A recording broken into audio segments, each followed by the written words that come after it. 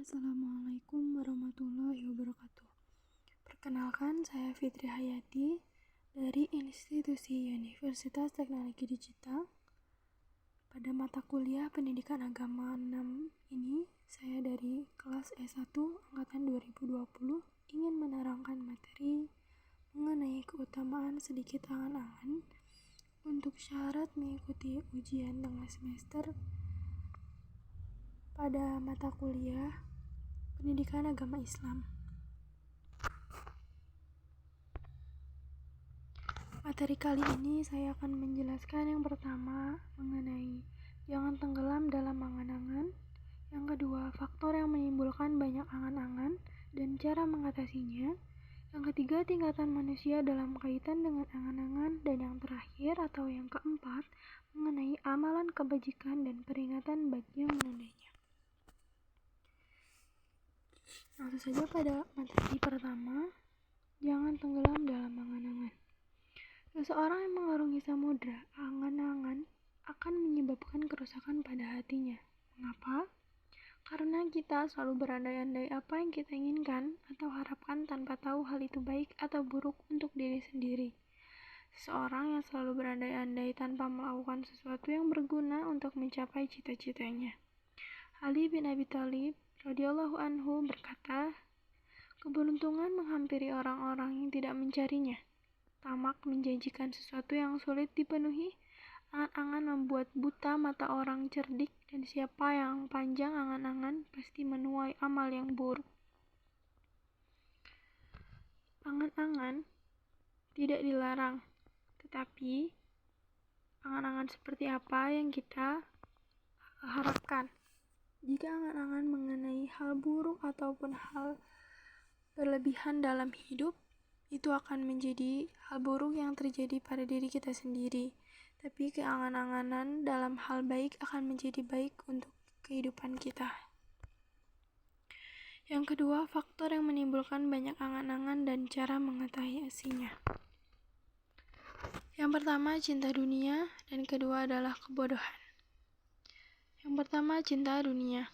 Seseorang yang sudah begitu mencintai dunia, berikut segala kesenangan, kenikmatan, dan pesonanya, hatinya pasti akan merasa berat kalau sampai harus berpisah atau meninggalkannya. Akibatnya, ia enggan memikirkan tentang kematian yang menyebabkan terjadinya perpisahan. Siapa yang membenci sesuatu, ia pasti akan berusaha menolak sesuatu itu darinya.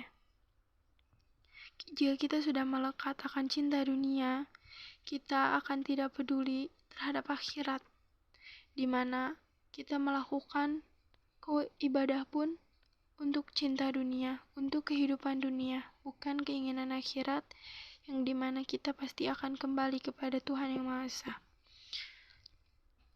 Apapun yang berlebihan itu tidak baik, dan Allah tidak menyukai apa-apa yang berlebihan. Yang kedua, kebodohan. Kebodohan di sini bisa diartikan dengan dua pengertian. Pertama, tidak tahu bahwa akhirat jauh lebih sempurna dan nikmat dari kesenangan dunia. Kedua, tidak tahu bahwa dunia sama sekali tidak ada artinya di sisi Allah. Kebodohan di sini mencerminkan bahwa kita tidak akan mengingat akhirat, di mana kita tidak akan tahu bahwa dunia adalah tempat kita, bekal kita untuk akhirat kelak, dan dunia adalah sementara. Sedangkan nikmat yang nyata ialah kenikmatan di akhirat atau kehidupan akhirat. Dari kedua faktor tersebut, cara untuk mengatasi timbulnya angan-angan menurut Imam Ghazali adalah dengan cara mencernihkan pikiran dari lubuk hati yang paling dalam. Seiring mendengarkan kalam-kalam atau hikmah dari para ulama yang hatinya suci dari kecintaan dunia, yang paling sulit adalah kecintaan terhadap dunia. Kecintaan itu bagaikan sulit disembuhkan, kecuali dengan keimanan, dan dahsyatnya siksa Allah dan agungnya pahala yang Allah berikan pada orang-orang yang tidak lagi mempedulikan dunia dengan segala kenikmatannya. Yang ketiga ialah tingkatan manusia dalam kaitan dengan angan-angan.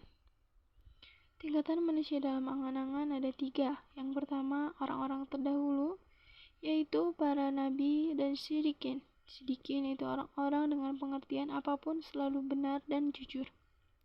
berkata benar dan jujur lebih tepatnya.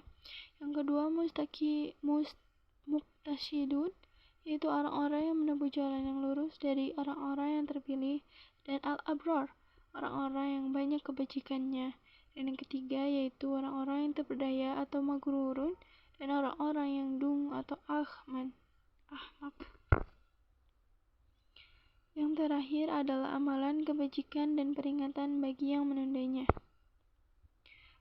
Beramal baik merupakan satu kewajiban bagi setiap umat manusia, baik dalam hubungan vertikal kepada Sang Pencipta maupun hubungan horizontal dalam sesama, agar tercipta keharmonisan dalam kehidupan. Namun untuk melakukannya tidaklah mudah, karena banyak cobaan yang selalu dihadapi oleh manusia, baik itu hawa nafsu maupun tipu daya setan. Salah satu cobaan yang selalu mengintai ialah kecenderungan manusia untuk bersantai-santai, sehingga menunda-nunda untuk melakukan kebaikan. Sedangkan kebaikan yang tertunda ialah akan terlupakan. Padahal ia tahu apa yang akan terjadi pada dirinya di hari esok. Oleh karena itu, Nabi Muhammad memberikan peringatan kepada umatnya agar tidak menunda dalam beramal baik. Hal tersebut diriwayatkan oleh Imam Muslim dalam kitabnya sebagaimana berikut. Yang berarti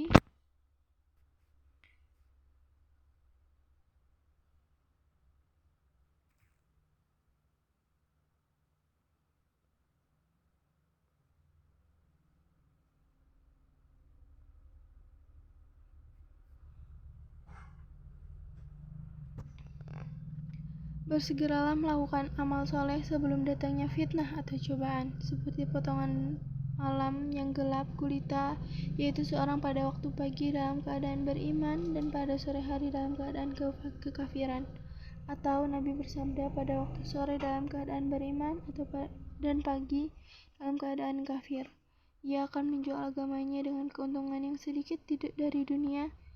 Hadis ini merupakan sebuah gambaran bagaimana Nabi Muhammad selalu mengingatkan kepada umatnya agar selalu mengoptimalkan waktunya dalam beramal soleh sebelum datangnya cobaan yang dapat menghambat seseorang untuk melakukannya. Nabi Muhammad memberi peringatan kepada umatnya agar tidak menunda-nunda, karena seorang yang tidak tahu apa yang terjadi pada waktu yang akan datang, apakah ia akan jatuh sakit dan lain sebagainya. Baik, pada kesimpulan kali ini, pada materi ini ialah angan-angan adalah sebuah keinginan akan sesuatu yang terjadi di masa depan. Yang keinginan tersebut tidak disadari oleh keyakinan yang kuat bahwa hal tersebut akan terjadi. Di saat bersamaan juga tidak ada kuasa atau kendali dalam mewujudkan hal tersebut. Bercita-cita dan berangan-angan tidak dilarang dalam Al-Quran, karena ia dapat mendorong terciptanya kreasi baru. Tapi Al-Quran mengajarkan manusia untuk hidup realistis. Ada angan-angan dan harapan yang boleh jadi dapat dicapai, dan ada juga yang jelas mustahil atau sangat jauh untuk dicapai. Bagaikan si cebol merindukan bulan, yang dilarang adalah angan-angan kosong tanpa dasar yang menjadikan seorang duduk termenung tanpa upaya dan puas dengan khayalannya. Banyak yang mengandalkan harapan dan sangka baik.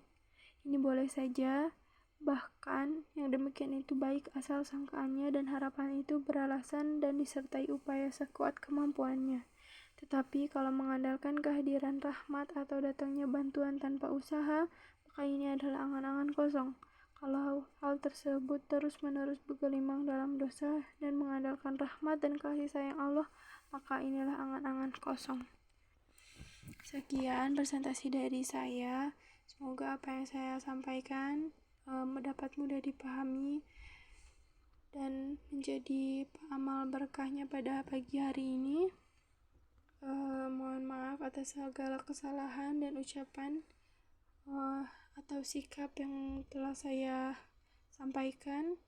Terima kasih atas perhatiannya. Wassalamualaikum warahmatullahi wabarakatuh.